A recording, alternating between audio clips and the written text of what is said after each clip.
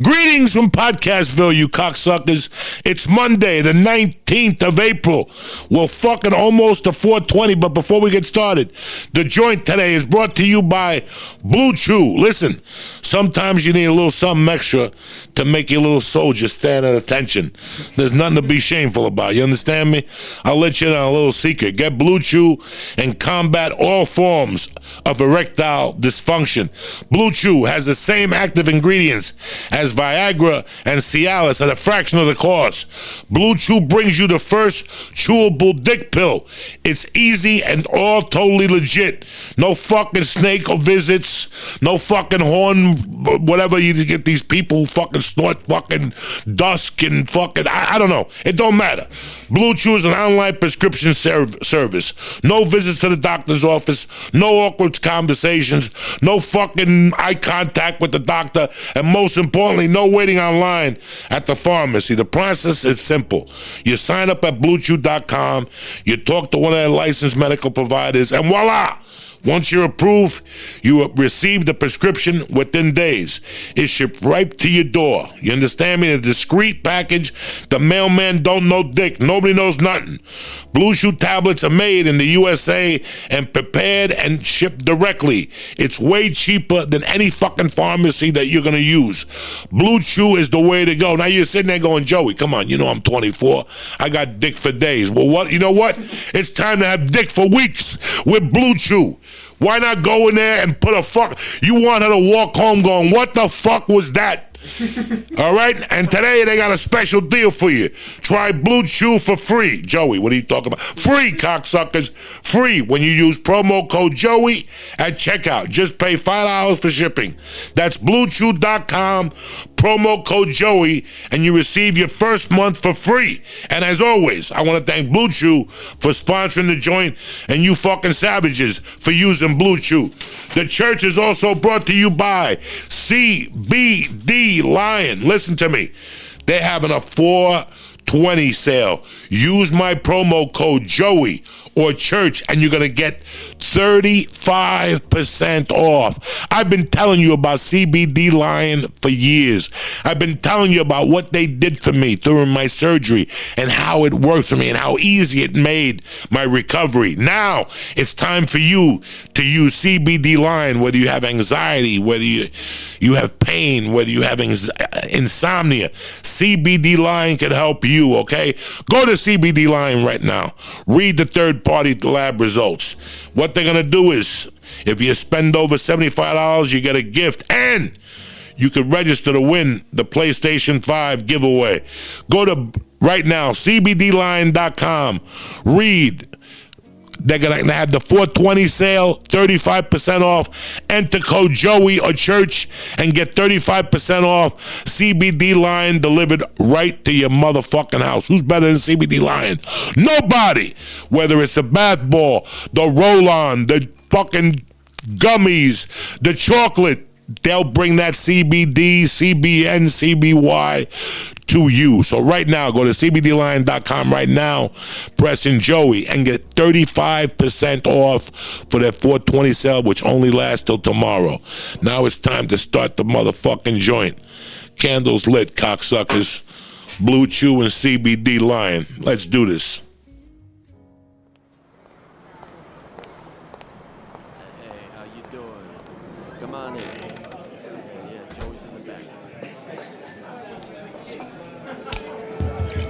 Check 1, 2. Welcome to Uncle Joey's Joint.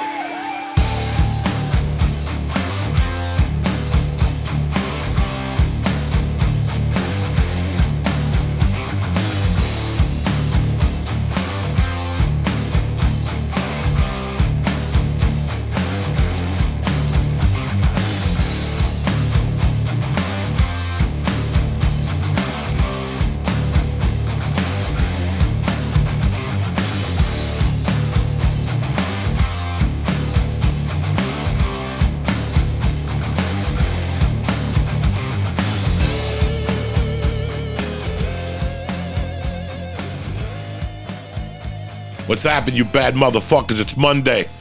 the 19th or the 18th. Who the fuck knows what it is? I think it's the 18th. I hope it's the 19th. Tuesday. That's right, the 19th. A beautiful fucking day to be alive. I had a great, let me tell you something. It was a great fucking weekend. She had 3 hits again. The team lost, but it's not whether you win or lose. It's how many fucking points you score. We all know where that fucking came from.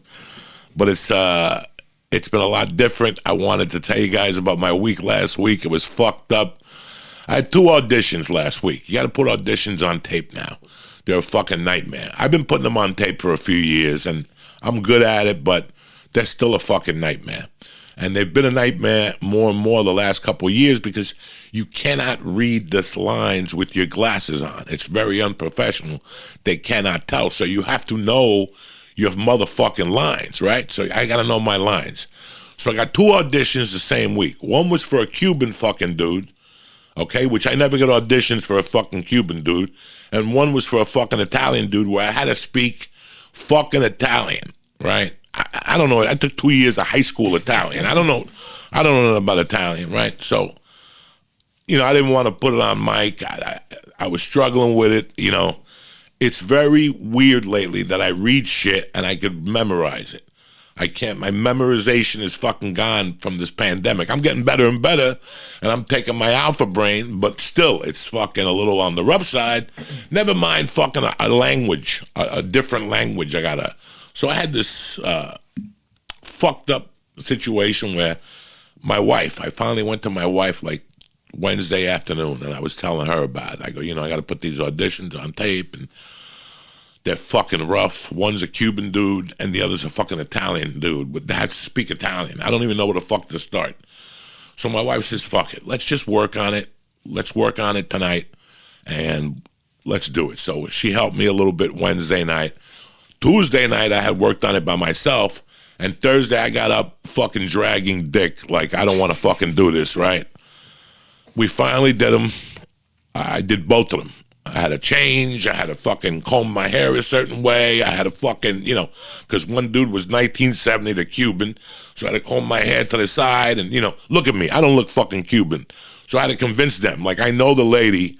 So I had to explain to them, like, listen, it took me a while to do this audition because I was trying to grow a mustache, but then I realized I can't grow a mustache like most people in fucking 3 days. I got friends that become the Wolfman in 2 days. I couldn't do nothing. So I left it just enough, and I shaved around it, but even with the thing. But then later on, when I looked at the fucking tape before I sent it, my wife goes, they're both great. You want to take a look at it? And I go, I hate looking at myself. And finally, I looked at myself, and holy shit, I go, when I went to the gym Thursday, they told me I lost another 3 pounds. I go, Jesus Christ, I'm losing too much fucking weight too quickly. I'm sticking to these points, and I'm not eating pizza and shit, and I'm working out. I saw the size of my fucking nose, and I'm like, Jesus Christ, look at the size of that fucking bugle on your face. I mean, that thing is fucking huge. I've lost weight over here, so it's made my nose look like Michael Jackson on the Greatest Hits album. Have you ever seen the Greatest Hits of Michael Jackson? He's got the fucking pigeon before the surgery. His nose is from here to here. And let me tell you something. I'm going to tell you a funny story that I told the guys on Patreon. I'm being honest as I can with you. When I was from 1988 to from the time I got out of prison to about 1997, 98, I don't know how long. I'm just letting you guys know this is how fucking crazy the cocaine had me. I wouldn't snort coke with people who had a big nose. Like if somebody had a big nose, like a chick had a big nose, you ain't coming back to my hotel room because in my mind, that bitch could put away some cocaine. You understand me? So I fucking didn't fuck around with people who had big noses. I still remember one time in Miami, it was this cute girl, but she had one of those little fucking hook noses. And she was talking shit, and I'm like, listen, I'll take this girl back to the hotel, whatever, we'll do some coke. And I'm like, you know what? This chick looks like she could fucking outsnort me.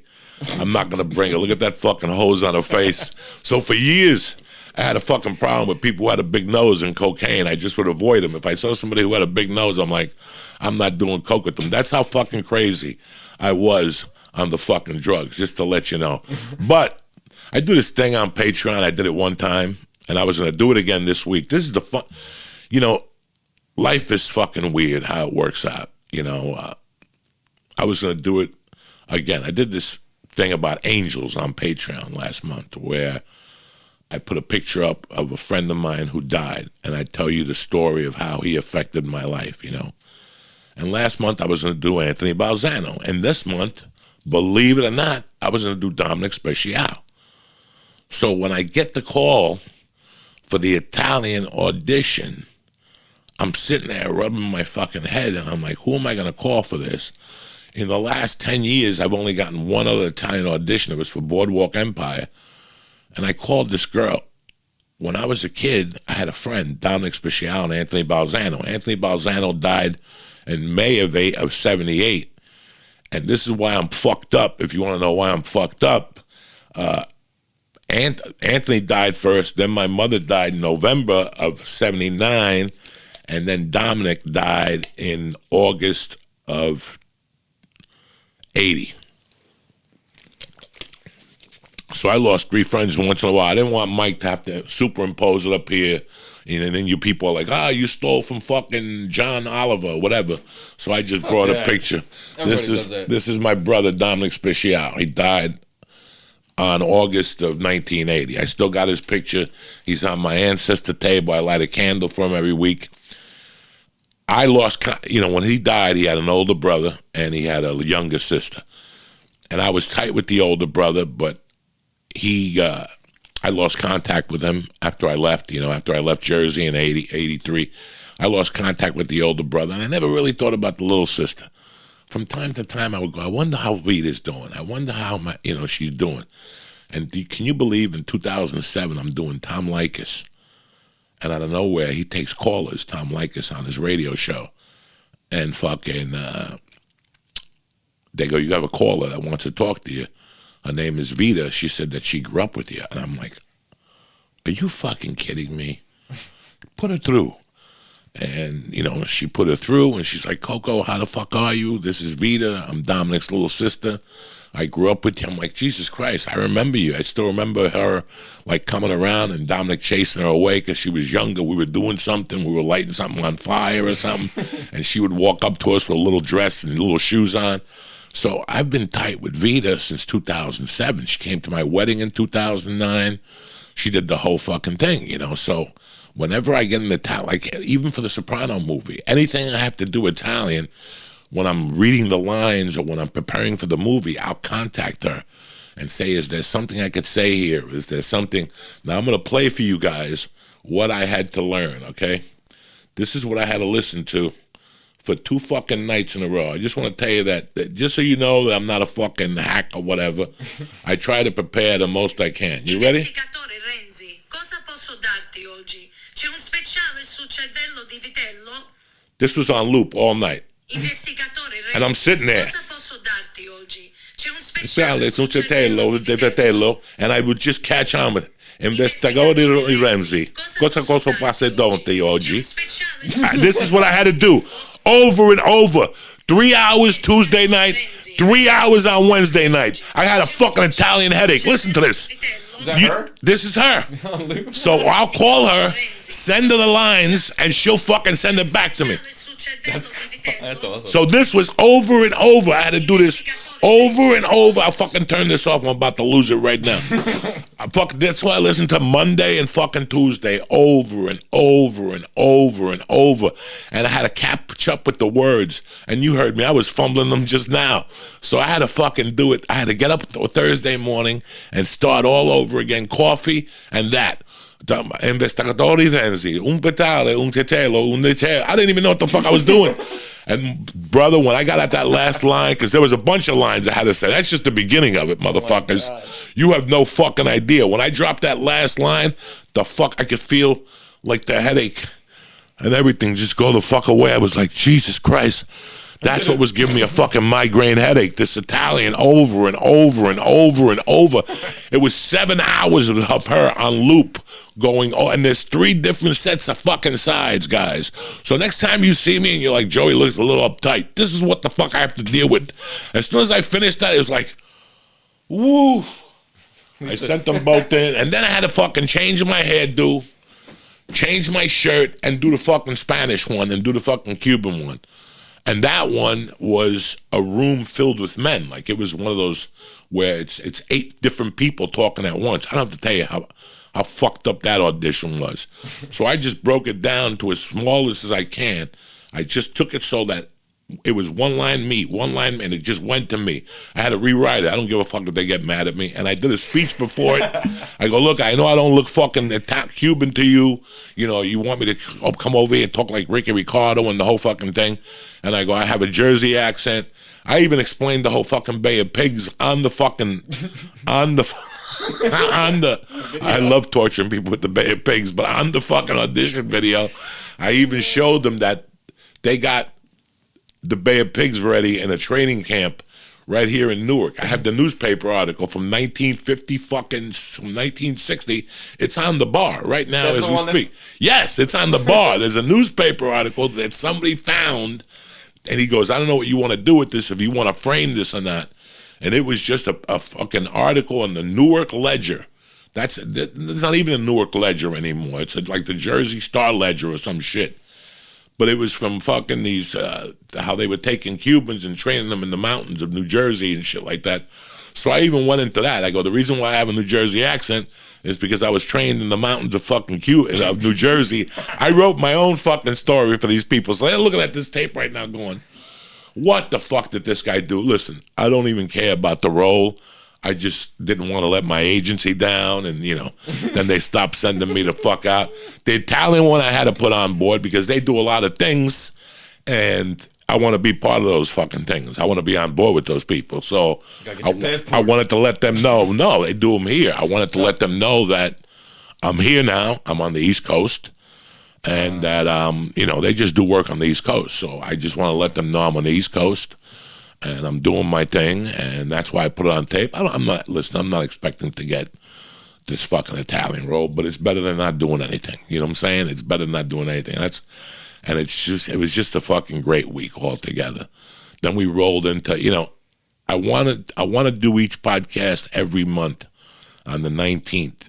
I want to do a one-on-one podcast with you guys because it's going to be called, you know, 9 months after, 8 months after. Today's 8 months from the day that I left Los Angeles. And it has been a fucking miraculous change. I mean, miraculous. For myself, my wife, and my daughter, this has been a period that I needed. You know, I also made the decision on not rushing into stand-up. It was bad enough I rushed into a podcast, but I had to keep doing something and I had to stay active. I didn't want to rush into stand-up. I wanted to take a breather. I wanted to really fucking be out there. You know, I was telling Mike before we started the podcast that this last weekend, and I wouldn't even tell you motherfuckers this because I don't want you to think that, you know, anything. I don't ever want to do a podcast and talk down to you guys. I love you too much. I just share these stories with you so you know what I'm going through. You understand me? I don't tell you these things because I'm trying to be better than you guys or nothing. I read an article 2 weeks ago. You guys all saw it. You all saw an article about Rudy Sarzo deserves to be in the Hall of Fame or whatever just for his work with Quiet Riot, Nevermind Ozzy, and then Whitesnake and all this shit. So I called him up to congratulate him. He was putting My Monsters of Rock on that week anyway. And we got into a conversation. He goes, hey, I saw you playing the guitar if you ever want to do a lesson. I go, but Rudy, you're a bass player. He goes, no, I know the guitar left and right. He goes, you know, with Randy and then everybody else. He goes, to play the good bass, I got another guitar. And he started talking about the piano and all this shit. And I'm like, I'd love to do a fucking podcast, whatever, with your Zoom and just play the guitar for you, right? So it was Friday morning. And I went to the gym, and I set it up for afterward. He's an early riser, and I think we set it up at 12 o'clock. I went to the gym. I ran home. I drank a little protein shake, and I came downstairs. I set up the amp. I set up the guitar, and it was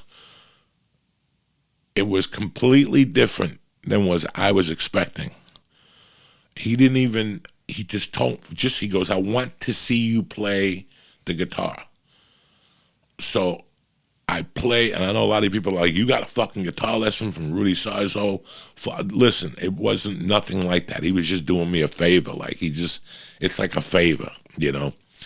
So all we went through, and I apologize right now to that stupid shit I did on Instagram with the guitar, because I didn't want you guys to think I didn't respect the guitar. I do respect the guitar. I respect the guitar like I respect stand-up comedy. And I was telling Mike that once the lesson started, he goes, let me just see you play what you're playing. I showed him what I was playing, Brain Stew and Back in Black and fucking Nutshell, the beginning, and he goes, just let's learn a fucking D chord. And he taught me this D chord high. And he goes, first off, I want you to put your elbow against your fucking thing and do not move it from there. He goes, that's a bad habit to get into. That guitarists raise their elbow. Do not raise your elbow. He goes, take your fingers, and he goes, I want you to use them. You have fat fingers and whatever. You're not pressing hard enough. He goes, I want you to put your finger behind the guitar, and I want you to use it like a vice grip. This is what I want you to, when you're pressing, I want you to fucking, I'm getting calluses on this finger already. It's fucking tremendous. You'd think I was finger banging a crack hole or something, but I'm getting like a little missile on my finger. I'm feeling it right now. And he just showed me all these little things, how he wanted my wrist, you know, how my hand had to play. And then he went into this whole theory thing that, guys, it was so intense. It was so fucking intense.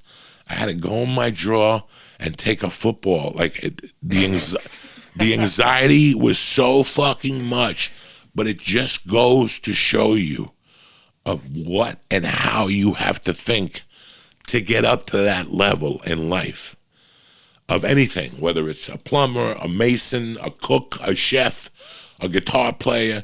You see the intensity. You know, you guys didn't want to talk to me 15 years ago on my views of comedy.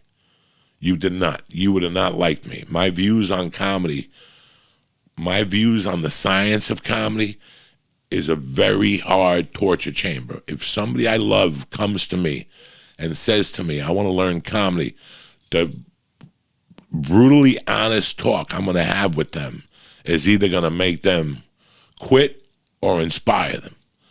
Because I wanted to let you know we are not running a fucking game here. They're not running a game. You know, years ago, after I did The Longest Yard, I was working Tempe a lot. I could do Tempe. The guy in Tempe was fucking crazy. Remember, we laughed about him on the podcast with Bert Kreischer when I said, rest in peace, cocksucker, or something. He was fucking out of his mind. I forget what the guy's name was. It doesn't matter. But I was working Tempe a lot. And there was a dog kid there. And, you know, he came up to me one day and he's like, man, I like what you do. You know, can you talk to me about comedy? And I was like, absolutely. So he actually paid me for a room to go to Tucson.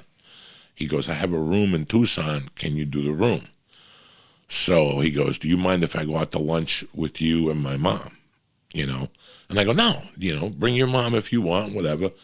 I went to Tucson. I got checked into the hotel, and then I met him and his mom for lunch. And his mom, he was a young kid. He must have been 20, 21, 22.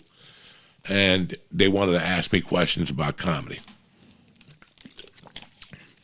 If it was him by himself, I would have spoken to him I spoke to him in an honest and authentic way, no matter what. But I let him know what needed to be done if he was going to be a fucking comic. Like, I tried to help him. Like, this is what needs to be done. When I was with Rudy the other day, I felt the same way. Like, if you're going to play the guitar, this is what needs to be done. Like, this is no fucking joke. I don't want you to think that, you know. And the great thing about me is I have no illusions of grandeur. It's not like I'm 22 and I'm thinking I want to join Whitesnake. I'm going to learn the guitar, and in 4 years I'm going to put a band together. This is not for this.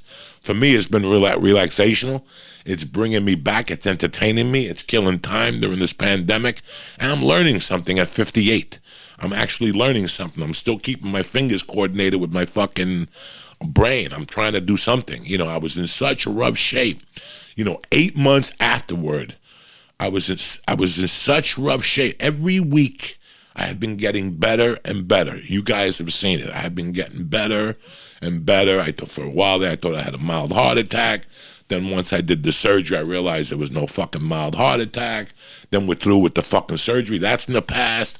We got the vaccine. So every week, I get better and better. I sleep more. I eat better. I exercise more.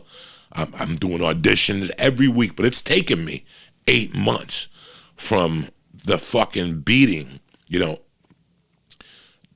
that was L.A.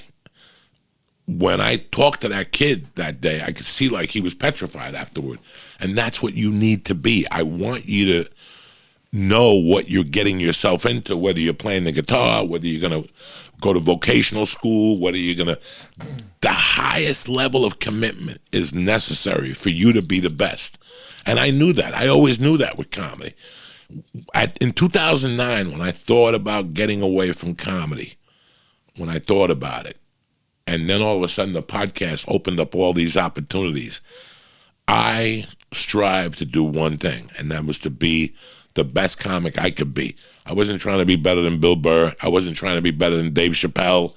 I wasn't in a war with fucking Kevin Hart. None of that shit.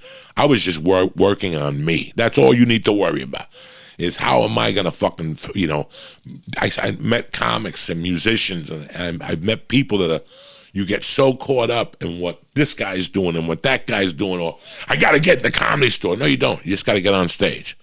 Get on stage, and in time, you'll get to the Comedy Store. But you got to get on stage. Don't go up there, I got to get to the Comedy Store right now. No, you're not going to get that. You're just going to get frustrated. You're going to get angry, and it's going to fucking cloud your vision. Just get on stage. When the store is ready for you, the store is ready for you. That's a mistake a lot of people made.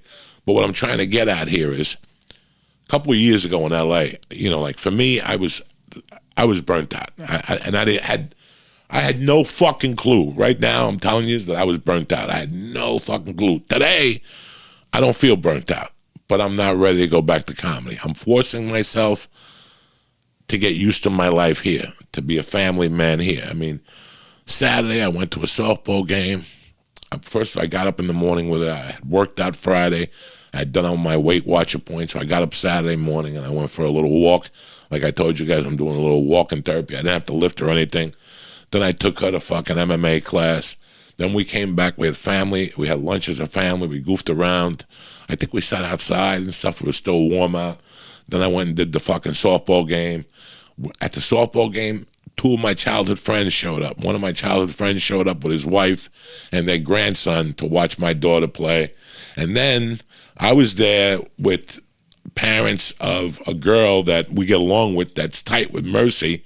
And next thing you know, 2 other parents that have boys showed up that are our friends just to support the girls. So now we had 4 sets of fucking parents, Now that it's 4 o'clock and they're like, what are we going to do? Do you want to go to a restaurant? Do you want to go to somebody? The one lady says, well, why doesn't everybody come over to my house? We'll order pizzas, whatever. We went and ended up going back and we ended up ordering a ton of fucking barbecue, and they had cheesecake and fucking French fries and macaroni and cheese and whatever. Did I go off the deep end? No. My point is that fucking, if I was living in LA, that never happened. That never happened, where I got together with 4 fucking sets of parents and we just talked and just giggled and just cracked fucking jokes. It was tremendous. Nobody was smoking weed. Nobody was doing bong hits. Nobody even smoked pot there. Nobody even brought it up. I wasn't even high while I was there. I was just fucking being normal, trying to be fucking normal, something I haven't been in years. And now that I have the chance to fucking to have a normal fucking life, and then all of a sudden it's 6:30, and I'm like looking at the clock and I go, Terry, you know how happy I am that 2 years ago I would have probably had a fucking leave right now, because I would have had a spot at the Ice House, I would have had an early spot at the Comedy Store. I don't have to go nowhere. We could sit here and just hang out with the kids. Do you know how nice that fucking feels? Do you know how nice it felt when we came home and we put on Cobra Kai last Saturday night and we watched the last 2 episodes and she fucking cried, and then we watched an episode of Big City Greens. It's back. The Honeymooners wasn't on because the Mets had a fucking doubleheader. My point is that I'm finally enjoying what the fuck is going on in my life. Or the other option was, you know what I would basically have been doing? I would have called them at 2 from a hotel room and said, what's going on? And she's like, we're here at the field, and I'm here with this person, and this guy showed up. And you know how bad I feel in the hotel room then? I'm missing my daughter's fucking life because I'm doing comedy in some fucking town. And trust me, I'm not complaining. What I'm saying is that this is how I was living my life, and I'm happy to be living a little different now, 8 months later. You know, I hadn't been happy in L.A. It hit me while I was here. I've been here, and I've been journaling, and I've been trying to write a fucking book with Erica, and, you know, this is all still going on. Me and Erica still talk 3 days a week, and this is still fucking on. I mean, we're still on. The podcast isn't the only thing I'm fucking doing. Being a dad is not the only thing I'm doing. You know, I am doing other things. Like I said, we have auditions. We're doing the fucking book. But it's so weird how I didn't know how burnt out I was till I got here. You know, a couple of years ago, something happened. I never complained about it. I never talked about it on the church. I'm going to talk about it now, right now, that it bothered me. I didn't know how much this bothered me till recent. And while I was getting my head together, it came up. I don't know how many years ago Robin Williams killed himself. You know, God rest his soul. I'm not going to sit here and tell you I was best friends with Robin Williams. I'm not going to sit here and tell you I was a big fan of Robin Williams. I'm going to sit here and tell you that I met him one time at the Improv. I met him in 1983 in fucking Snowmass Village. He smelled like death. He was doing coke, and he ran away from me when we asked him to sign the box to Moscow on the Hudson. You know, I wasn't friendly with him. I didn't know anything about him. I respected what he did, and I knew he was a Comedy Store guy. So because of that, I had to give him the respect that he deserved. For years, people said he was a joke thief. Listen, he didn't steal none of my jokes. I never met the man, so that was it. I'm at the Improv one night, maybe 2 years before he died, maybe a year before he died, and he was just a meek little old man. And I was standing there with Rogan, and he came over, and he shook my hand. He shook Joe's hand. He said, it's nice to meet you, whatever. I just came down here to watch you.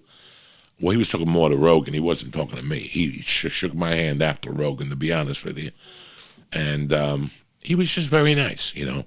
But then all these articles and all these things, I started reading all these fucking things about comics and the dark side of comedy, and that's what really pissed me off. Didn't piss me off, like kind of hurt my feelings. When CNN did a fucking, like a thing about, you know, the dark side of comics. And I tried watching it for a little while, and one day and I was like, you know what? I'm not watching this because, first off, I've been trying to fucking prove to myself all my life that I'm not fucking crazy. Now here's somebody else raising their hand saying that I'm fucking crazy. I'm not fucking crazy. Okay? You know, you're making it sound like we're some whiny bitches that after we do comedy, we go home and we're in the dark and we fucking think of ways to kill ourselves or think of it. No, it isn't. The only time I struggled like that was from 92 to 95, 96. I was crying because how fucking cruel the world was and what I was going through with my daughter and how frustrated I was with comedy. But after all that pain went away in 98, I was fine. I was just a regular comic who was addicted to drugs. There was no dark side of it. I had the addiction before I got into fucking comedy. So don't blame fucking comedy for my fucking cocaine addiction. I brought that shit into my fucking into my comedy world. That had nothing to do with it, you know. So when I got into comedy, I was looking into it because it was dark. I didn't get into comedy because it was fucking happiness. I was getting into comedy because there are drugs. There are fucking venereal diseases. There are fucking, you know, this is a reality of it. I didn't get into comedy to be a fucking priest. I got into comedy because I wanted to fucking check out. Nobody gets into comedy because they wanted to be a priest to change the world or nothing like that. I just wanted to fucking check the fuck out. So, from society, not from life. I'm not meaning from life. I'm not Suicide King here. I'm just trying to fucking, you know, add light to this thing. But when I saw that they did like a 3-part series on CNN, I'm like, why are they fucking, we already have a ton of fucking stigmas in our business. I already have enough insecurities. I don't need for CNN to tell me I'm fucking crazy because Robin Williams killed himself. It just ate away at me. But I will tell you one thing.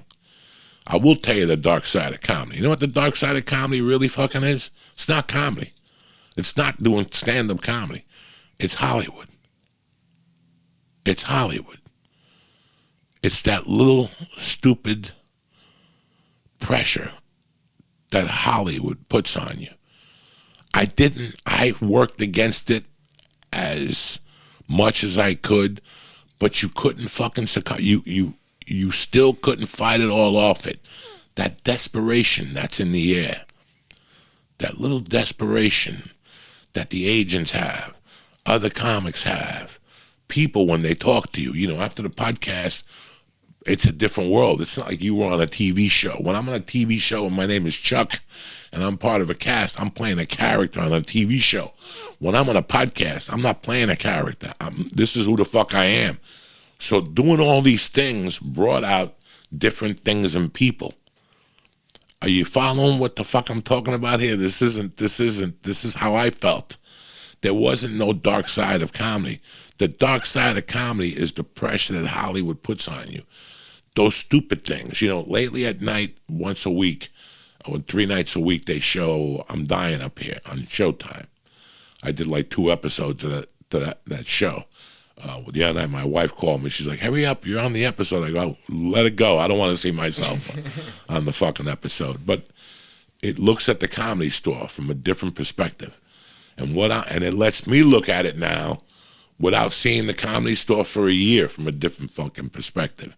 And I'm looking at it, and I see the guy that Ray Romano's brother, I forget what his name is, he plays one of the characters, and he plays a down-and-out 50-year-old that has been playing in Vegas, you know, and he is now looking to go into business with the lady who's playing Mitzi Shore. But throughout the second season, you could see this guy is snapping. And at one point, the mob, played by yours truly, comes to him and says they need their money back or they got to be partners on his venture and he has to pay them, whatever. Doesn't really matter. My point is that he snaps one night and he goes, you don't understand. I just want to get off the fucking road. You know, somebody brought him to him that he was a bad parent and all this shit. And he's like, I just want to get the fuck off the road. You're out there fucking around, lost, you know. To the outside eye, it looks like a lot of fun. And it really is, and it's supposed to be fun. All you're supposed to do, how can there be a dark side to something that is so fucking fun? How can there be a dark side to it? To something that is so fucking pure and lighthearted that if you go up there and you just crack jokes and you have a good time, it gets dark when fucking promoters and fucking club bookers and agents, and that's the dark side of comedy. When those motherfuckers get involved and one person's telling you one thing and the other guy's telling you the other thing and you don't even fucking know. And don't get me wrong, there's no dark side to comedy. There's a dark side to music too. You don't think Ozzy Osbourne? What do you think? Last week I was goofing around with you fucking people about fucking. I don't fuck around with Sharon Osbourne. You know, I'm not making fun of Sharon. You know, I feel bad for Sharon. Whatever. What I'm saying to you people is that forget about Black Sabbath. Forget about Ozzy Osbourne. Let's take CCR. What's the fucking guy's name? The singer. John Fogerty? John Fogerty. Have you ever heard his story? How he gets no money from CCR. He wasn't allowed to sing CCR songs. No. What do you think that does to you as a fucking... When all you want to do is sing. All I want to do is sing. All I want to do is play the drums. All I want to do is play the harmonica. All I want to do is play the violin. Skin flute. All I want to do is play the skin flute. And all of a sudden, all these people are now... All you want to do is comedy. All you want to do is comedy. And people go, no, you can't do that venue. Can't do that venue because there's not enough tickets. Can't do that one because there's too many tickets. You can't do this one because the fucking union. So that's what my dark side was. It wasn't what I was doing at all. By no means was it what I was doing. The dark side of comedy to me was the agents, the fucking club man, the owners, the managers, the bookers, the promoters, 3,000, I was looking over my shit like I was dealing with fucking criminals half the time. I had to look over my shit like I was dealing with fucking criminals half the fucking time. Can you believe that? People that these are like movie people, nice, decent white people. I got to look over my shit because they're always thieving. They always got 3 hands in the fucking bowl. It's amazing. So that's the dark side of comedy. You know, my life changed. Listen, there was a rough bump in my life, and it was July of 2016. And that's when I shot Degenerates, and I'm thankful for Netflix for giving me that. I'm not going to sit here. I'm thankful for fucking everything. I'm very thankful for Netflix for giving me the half-hour opportunity. What I wasn't thankful for was how the opportunity came abroad. And the things that happened while, and it wasn't Netflix's fault. You know whose fault was it? It was my fault. I didn't see the writing on the wall. I got blinded by the fucking smoke. But I'm a big boy, and I admit that now. I got blinded by the light. I thought that all this shit was going to happen from me doing a half-hour special. Shame on me. Shame on me. Those were my expectations. But that was a big lesson for me. But let me tell you what it did. That plane ride home from Vegas after I shot the Netflix special and after the door went down, after Christina got up there and the sound and all the bullshit from that night, that plane ride home was a very crucial time for me because it let me know if I was going to do this, I was going to do this on my terms. And it made me a way better fucking stand-up than what I was. Let me tell you something. In 2019, I was very good, guys. I could sit here and blow smoke up your ass. And I'll tell you one thing. And you know, I tell you when I bomb. I tell you when I have a rough set. I'm not one of those comics. I killed tonight. No, you didn't. I wasn't there. You didn't kill. You didn't fucking kill. You ate a bag of dicks. But if you thought you killed, good luck to you. I'm not here to argue with you. I tell you when I eat a bag of dicks. Nobody eats a bag of dicks like me. And it was very rare in 2019. Like I said the other day, yeah, I ate a bag of dicks in New Orleans and maybe a couple other cities. But let me tell you something. I look at those notebooks, and I know what I was saying. I know what was coming out of my mouth. And I was writing down the result. I was having great shows in 2019. And the beginning of 2020, I was on a fucking roll. And if you people saw me in Atlanta, you knew I was on a roll. If you people saw me out when I was in Vegas, I was on a fucking roll.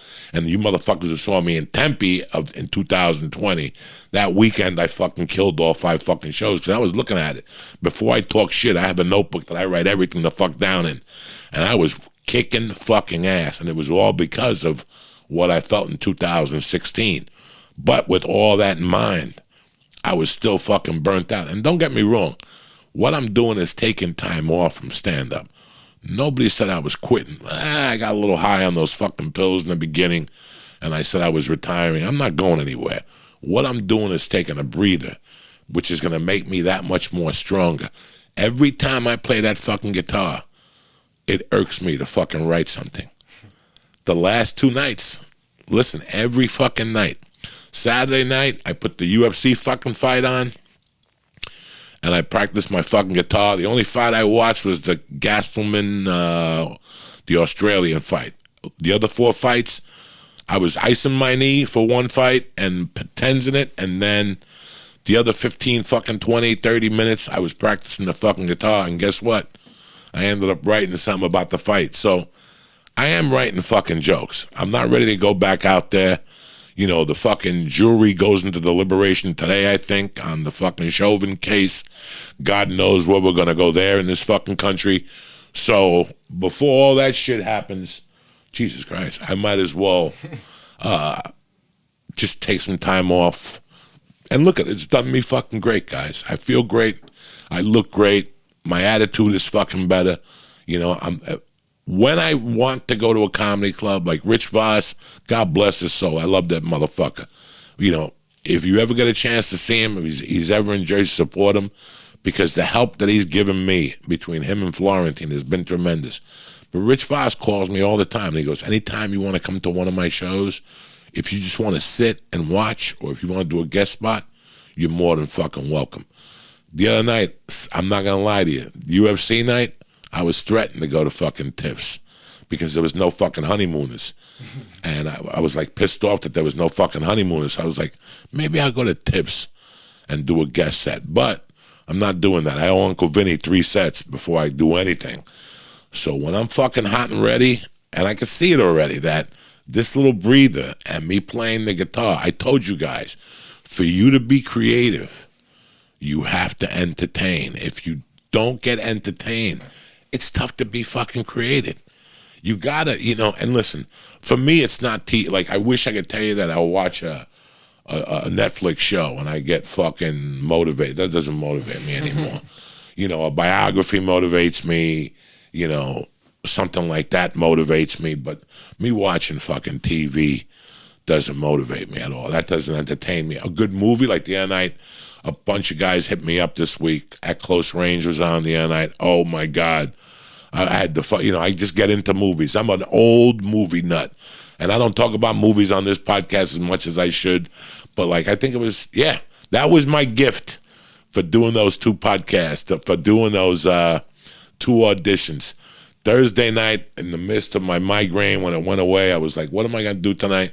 And I went to see what was coming on, and at 10 o'clock at Close Range was coming on. I'm like, Jesus fucking Christ. I fucking went in there. I played the guitar from 9 to 9:59. 9:59, I fucking took 2 hits off the fucking pipe, and I sat the fuck down, and I watched at Close Range from A to Z. And you know what, man? I'm a real fan of good acting. I fucking love watching great acting. When it's people that I like, I fucking lose my mind. And I was like, you know what, man? Look at fucking Christopher Walken. Look at Sean I watched the whole thing. And then during the middle, I'm not going to lie to you, during the middle, I got a little bored, and I went back because I wanted to practice fucking brain stew again, because I'm trying to get my fingers to stretch out. So I practiced it again. But at the last scene, when he fucking goes in with the gun and tries to get Christopher Walken, then I went back and I fucking paid attention, and I got all fucking intense, and my palms got sweaty, and I'm like, all right, I got to turn this off now because I'm not going to be able to go to sleep. But I did fucking fall asleep, so everything worked out as fucking planned. But that's it, man. We're here 8 fucking months. It's crazy. It's been that long. 8 already, fucking months has come and gone. I wish I would have given the guitar to you sooner. I had that in December. I was like, I don't know if he's gonna be interested in this. I wasn't I really wasn't worried about it. I'm just happy that we came. I'm happy that I got to look at myself from what the fuck was going on. I should have been the happiest I ever was after 2016, and I wasn't. And I noticed that people around me, there was a lot of comics around me. Some were faking the funk, but I could see some comics were just caught up. And I knew of 2 comics that were just fucked up, that I was talking to constantly, and they weren't feeling it. And now, when we talk, we know what the fuck it was that we were feeling. We were fucking burnt out. There is a dark side to comedy. There is a dark side to music. There's a dark side to plumbing. There's a dark side to everything you fucking do. If you let yourself get taken there. If you let yourself get taken there, there is a dark side to everything. Listen, man, I know women who strip and end up fucked up. And I know women who strip and end up leaving with a fucking Mercedes-Benz. They put $50,000 away in a down payment on a condo, and they walk away unscathed. There's other strippers that fucking become strippers, and you see them 20 years from now, and they're toothless with tattoos and biker tattoos on their necks. They belong to it. Who knows? It's what you control it. I fell into it when I got into comedy. I fell into the cocaine, and I could blame the store. I could blame the road. I could blame the improv. No. I fell into the dark side on my own. You know what I'm saying? And my dark side was cocaine, which I cleaned up. And then the rest of the dark side was once I got involved in Hollywood. I realized how much I really didn't like it, how much it really wasn't who I am. I just got into this game to do stand-up comedy. I didn't get into this game to go to premieres. I don't like looking at myself on a fucking camera. I don't like all this shit. On YouTube, I go on YouTube when I'm fucking answering emails or something like that, and I'll just put the YouTube page on, and sometimes it's an old video of the church or something. And I'll go, Jesus Christ, let me watch it. I'll watch it. The longest I could watch one of those church videos is maybe 50 fucking seconds. And I go, what? Who the fuck was that guy? And I look at the date and I go, what the fuck was I talking about? And more importantly, what the fuck? How many drugs did I do that day? How many edibles did I do that day? How many fucking joints did I smoke that day? What was it really fucking necessary? I mean, I had a great time. Listen, it was a great fucking podcast. It was great, but what the fuck, I just caught a podcast the other day. And the reason why I retweeted it was because I was like in shock. We had just put acid on a fucking ice cube. Lee was like, this ice cube tastes funny. I don't know what the fuck he was talking about, a sugar cube. We had liquid acid. Putting it on a fucking sugar cube, on a fucking podcast, on a national fucking podcast that's seen all around the world. You didn't even number that. You just called the acid church. Yeah, we didn't even, it's like, that was one of the many fucking acid days. Like, I look at those podcasts and I'm like, what did I do that day? What did we do? Who gave us a pill? Who gave us, a fucking ketamine? What the fuck were we thinking? And listen, again, you know me, dog. I ain't bitching about doing drugs. I'm no fucking quitter. But you have to evolve in your life. And I feel great now. Like today, it's, 10 in the morning? I still haven't fucking smoked dope. I still haven't smoked dope. I'll smoke before 2. I adhere to the rules. I wrote the rules. I got to adhere to them. But it's not like I used to get up and I would drink a cup of coffee and then I would be 2-3 bong hits in. And then I would be, all day I could hear the wheeze in my throat. Yeah, I still got the wheeze in my throat, and I got the beginnings of emphysema. I know that. You don't need to fucking tell me that. But I do sound a lot better today. I feel a lot better. I'm walking a lot better. I got my walking on. I can tell when I'm breathing. So I'm very happy I made this fucking move. So 8 months later, it has been as positive as I thought it would be. Hey, all right, I'm not doing stand-up, but I'm doing a fucking podcast, and I'm learning how to fucking be a dad. I'm just adjusting to learning how to be a fucking dad. And you know what? Last time I checked, there ain't nothing wrong with that, especially after I failed the fucking first time. At least I'm humble enough and man enough to say I fucking failed. I couldn't come through for my child. But this time, it's going to be different. It is different. And that's why I'm doing the things I'm fucking doing. So I'm happy that you fucking watched today.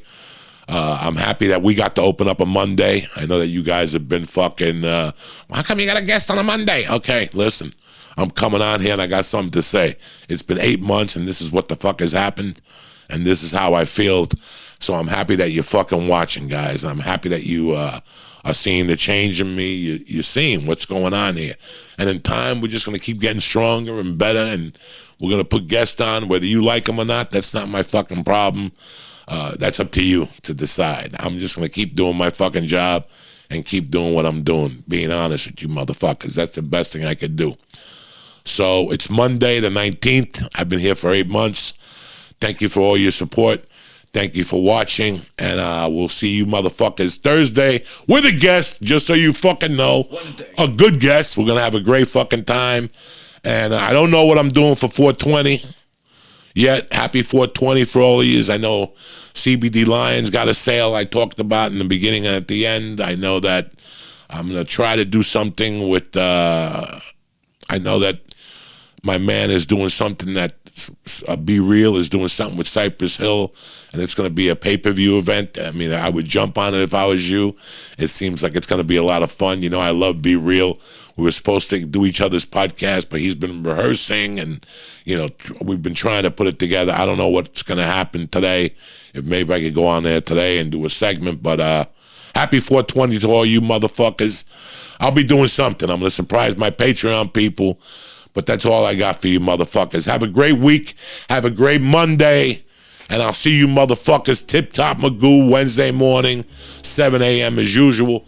Have a great fucking day. And now for a word from my motherfucking sponsors, Jack. All right, I want to thank you motherfuckers for watching on a beautiful Monday morning. Thank you for the ear beating I gave you. I know you guys are like Joey, the guest. So fucking Mondays, I'll come to you direct to start your week off on the right foot. Before we leave, I want to talk to you about something. CBD Lion is having a huge 420 sale right now. It goes on till tomorrow. What are they going to give you? They're going to give you 35% off when you use code Joey or Church. Who's better than Uncle Joey on a Monday? Nobody. Who's better than CBD Lion? Nobody. If you spend over $75, they're gonna send you a free gift. And remember that you can still register to win the PlayStation 5 until April 30th, the end of the month. I don't know if there's 31 days on April 30. I don't know. I don't have my fucking calendar in front of me. What I'm telling you is register right now to win a PlayStation. It's hard to fucking find, and CBD Lion's got one for you. CBD Lion 420 sale. The best. Enter code Joey, cocksuckers. 35% off. The joint is also brought to you by Blue Chew. Joey, what's Blue Chew? Blue Chew is the first chewable dick pill. It is blue, and it tastes tremendous. Why would I need that, Joy? Why? Because sometimes you need a little extra fucking something to make that little soldier fucking stand up at attention. Nothing to be fucking ashamed about. I'm 58 years old. I had a pop one last week. You know what I'm saying? Nothing to be ashamed about. But I'll let you know a little secret. You get Blue Chew and you combat all forms of erectile dysfunction. They got the same active ingredients as Viagra and Cialis at the fraction of the cost. And it's easily and totally legit, and there's no bullshit here. It's an online prescription service. With Blue Chew, there's no visits to the doctor's office. There's no awkward conversations. There's no eye contact. There's no waiting online. There's no fucking nothing. The process is simple. You sign up at BlueChew.com and you talk to one of their licensed medical professionals. Once you're approved, you'll receive your prescription within days, and it comes discreet. There's no pictures of dicks or sad guys walking down the street on the fucking envelope. It's a discreet package. The envelope, the mailman don't know dick. Nobody knows dick. Not even your wife will know dick. Blue Chew tablets are made in the USA and prepared and shipped directly. It's way cheaper than a pharmacy. Even if you don't have erectile dysfunction, you want that missile to be fucking ready. You understand me? At all fucking times, you're ready to get a good fucking dick sucking with BlueChew.com. So do me a favor. Go to BlueChew.com right now and enter promo code Joey to receive your first month for free. They got a special deal for you. Try Blue Chew free when you use promo code Joey at checkout and just pay $5 for shipping. That's it. That's BlueChew.com, promo code Joey to receive your first month for free. Free, free. And as always, I want to thank Blue Chew for supporting the podcast. I want to thank Blue Chew, and I want to thank CBD Lion. Do not forget to go to CBD Lion for their 35% off. And that's it, and that's that. I love you, motherfuckers. Thank you for listening. Thank you for watching. Have a great day, and have a great motherfucking 420. That's it. That's how you end the fucking podcast, cocksuckers. Have a great day.